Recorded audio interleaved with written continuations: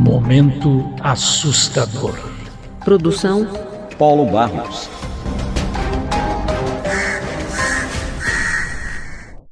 Hoje vamos abordar um dos crimes de feminicídio mais cruéis do mundo. Ele foi cometido por 6 seres diabólicos contra uma jovem indefesa. O objetivo desse canal é revelar, denunciar e combater as injustiças que ocorrem em todo o planeta. Muitas são esquecidas, abafadas e até mesmo servem de ferramentas contra as próprias vítimas. Para falarmos sobre o caso de hoje, precisamos voltar no tempo, para o dia 16 de dezembro de 2012. Era uma noite de lua nova, faltavam 9 dias para o Natal. Passava das 10 da noite. Em determinado momento, a Central de Polícia de Nova Delhi recebe um chamado.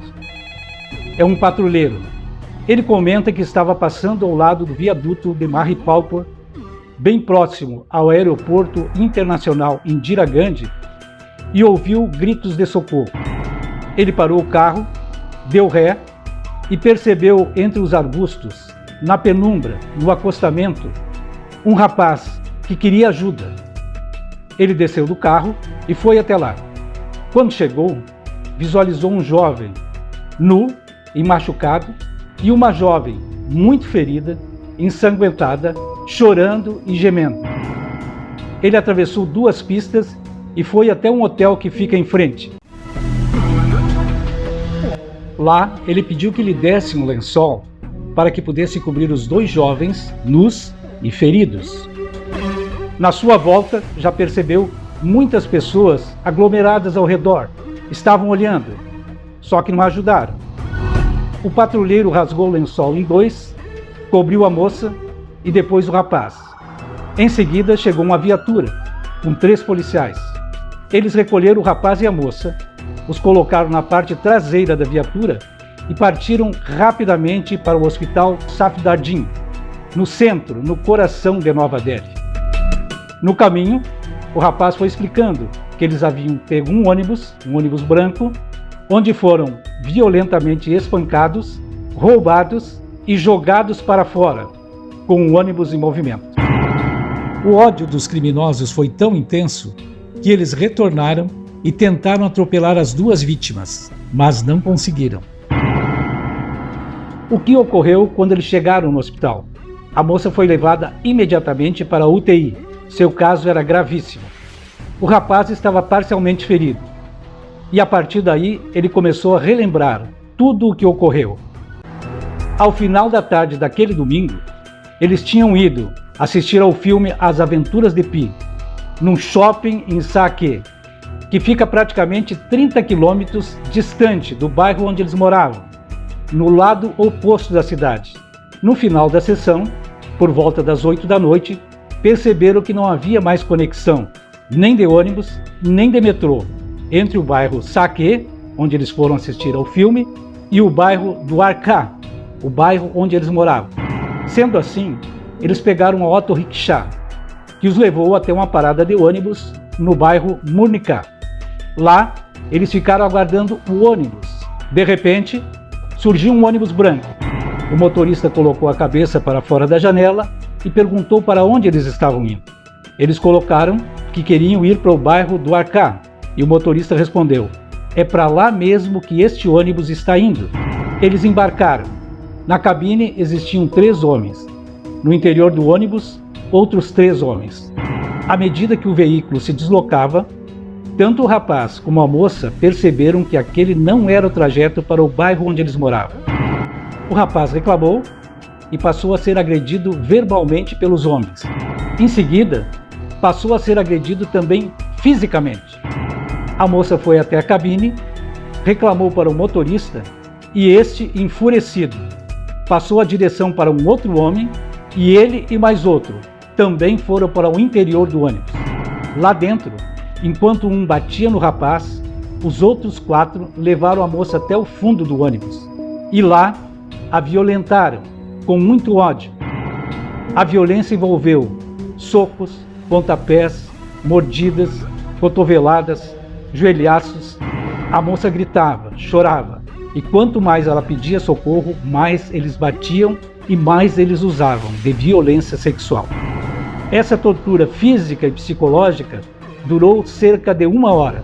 Depois de satisfeitos, os homens tiraram as roupas do rapaz e da moça, roubaram seus pertences e os jogaram para fora do ônibus com o veículo em movimento. Antes de darmos mais detalhes sobre o que ocorreu, deixe o seu like, compartilhe, inscreva-se, comente. Assim você irá nos ajudar a revelar, denunciar e combater as inúmeras injustiças que ocorrem no nosso planeta. Eles chegaram ao mais alto nível da banalização do mal. Quais os primeiros resultados dos exames no hospital? O rapaz teve pequenas lesões. O caso da moça era gravíssimo. Ela tinha mordidas por todo o corpo, hematomas também por todo o corpo. Sua vagina, seu ânus, seu útero, seus intestinos estavam perfurados em vários locais. Ela entrou em coma por mais de uma vez, teve paradas cardíacas e passou por 5 grandes cirurgias. A cada dia, seu caso se agravava mais e mais. Os próprios médicos estavam admirados dela ainda estar viva. A jovem ficou 10 dias no Hospital Safdardjung de Nova Delhi e depois teve de ser transferida para o Hospital Mount Elizabeth, em Singapura.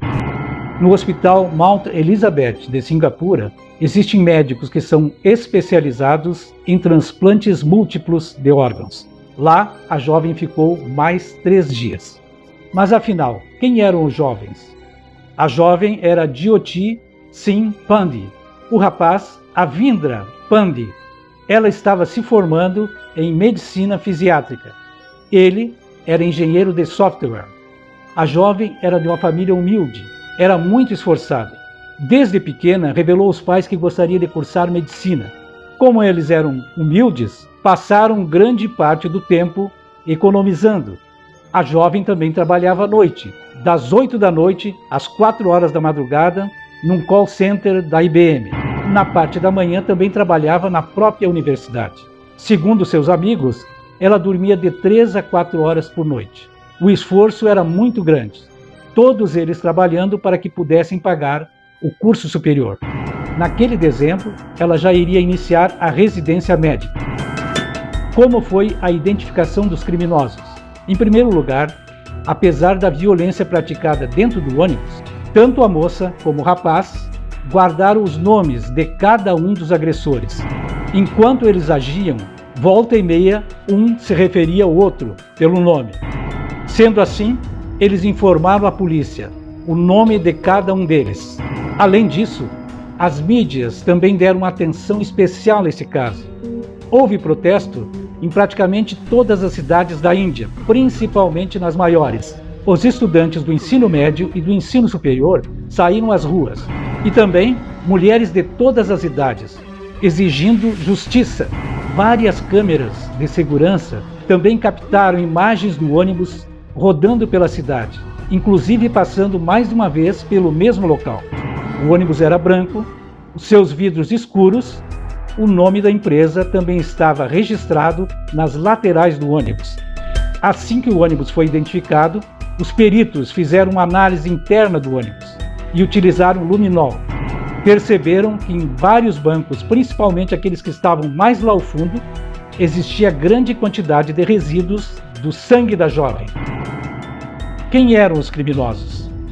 Eram eles Ram Singh, o motorista, Mukesh Singh, o irmão do motorista e também motorista, Vinay Sharma, um instrutor de academia, Pavan Gupta, um vendedor de frutas, Akshay Thakur, um lavador de ônibus, e Muhammad Afrood, auxiliar desse lavador de ônibus.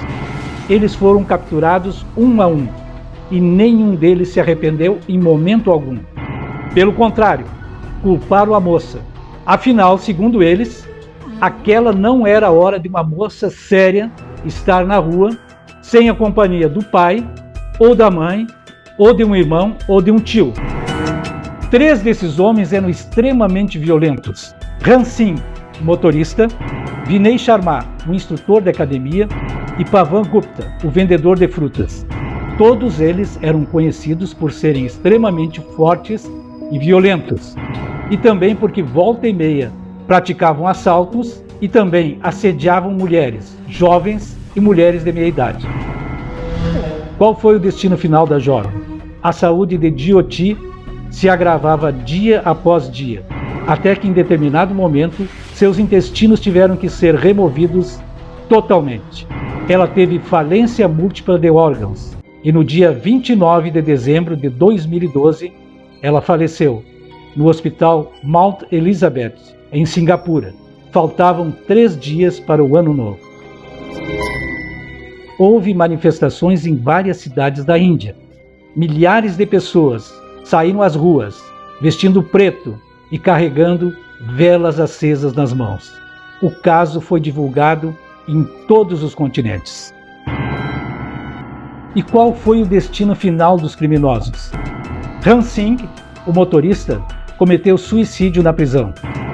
Mohamed Afrood era menor, estava com 17 anos e 10 meses. Como ainda não havia completado 18 anos, foi para uma entidade de recuperação de menores infratores. Ficou 3 anos e agora está totalmente livre. Os outros 4, Mukesh Singh, Vinay Sharma, Pavan Gupta e Akshay Thakur, foram condenados à morte por enforcamento. Seus advogados atrasaram por 7 anos a sentença, mas a 1h da madrugada do dia 20 de março de 2020, os juízes decidiram. A sentença deveria ser cumprida imediatamente.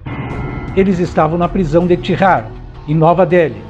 Foram acordados às 13h30 da madrugada, tomaram um banho, fizeram exames médicos, se alimentaram e depois foram conduzidos à casa de enforcamento. Vinay Sharma, o mais violento, o mais forte, o mais covarde, o mais valentão, se ajoelhou, chorou e suplicou aos guardas para não ser morto. Todos eles tiveram suas mãos e pés amarrados, foram encapuzados e às 5h30 da madrugada foram enforcados. Ficaram pendurados por 1 hora, até os médicos declararem a morte de cada um. Em casos graves como este, qual a sua opinião? Pena de morte, prisão perpétua ou uma pena mais leve? A violência contra o sexo feminino na Índia é muito comum. O caso de Jyoti foi apenas um. Há milhares, inclusive praticados por autoridades. Milhares de casos impunes. Na Índia, os dados indicam que a cada 20 minutos uma jovem é estuprada, mas não há denúncias. Ser estuprada representa uma vergonha para a vítima. Ela fica marcada para o resto da vida. No Brasil, há pouco tempo, uma jovem foi violentada num clube conhecido em Santa Catarina. Seu nome é Mariana Ferrer. Seu agressor está impune. Como impune também estiveram e talvez ainda estejam aqueles que assassinaram a menina Araceli Sanchez e também Aida Curi. Segundo o Fórum Brasileiro de Segurança Pública, a cada ano temos mais de 49 mil estupros, 135 por dia. A cada 13 vítimas, 2 sofreram estupro coletivo. O moralismo hipócrita em todo mundo é diabólico. Ao se referirem ao martírio de Jyoti, 3 declarações espantaram inclusive as pessoas menos civilizadas. Mukesh Singh, o irmão do motorista, comentou: "Uma garota decente não deveria estar perambulando por aí às 9 da noite. Uma jovem é muito mais responsável por seu estupro do que um rapaz." Um dos advogados de defesa dos criminosos, Mohammad Sharma, comentou: "As jovens são mais preciosas que os diamantes. Se os diamantes forem para as ruas, até os cães poderão usá-los." Outro advogado de defesa, Adya Singh, afirmou: "Se minha filha tivesse uma relação sexual antes do casamento, eu a levaria para minha fazenda e em frente da minha família eu despejaria gasolina sobre ela e a incendiaria." Assim como na Índia, no Brasil as vítimas são constantemente culpabilizadas por estarem muito bonitas, em locais onde não deveriam estar, por vestirem roupas que não deveriam estar usando e por estarem atraentes ao alcance dos homens. Há também alguns jornalistas conservadores que recusam e ridicularizam a violência contra a mulher e o termo feminicídio. Afinal, para eles, existe muito mais violência e assassinatos cometidos contra os homens. A respeito do covarde crime contra Jyoti, seu pai sentenciou: chamar os agressores da minha filha de humanos é ofender a humanidade. Não podemos chamá-los de monstros, porque até os monstros têm limites. Eles são as encarnações do demônio. Um dos sonhos de Jyoti era o de criar um hospital na aldeia onde nasceu, para ajudar os mais necessitados. Com sua chocante partida, o planeta perdeu mais um ser iluminado. Ela foi brilhar junto a Brahman, a divindade suprema do hinduísmo, a sua religião. Para o hinduísmo, Jyoti irá retornar pelo ciclo natural da reencarnação. Irá reencarnar junto aos seus entes queridos e continuará sua missão de ajudar ao próximo. E para seus malignos agressores, qual é e qual será o destino espiritual de cada um? Na próxima semana, estaremos revelando um dos crimes de infanticídio mais cruéis do mundo. Até lá!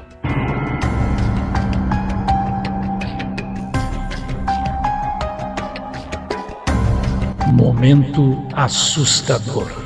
Produção Paulo Barros.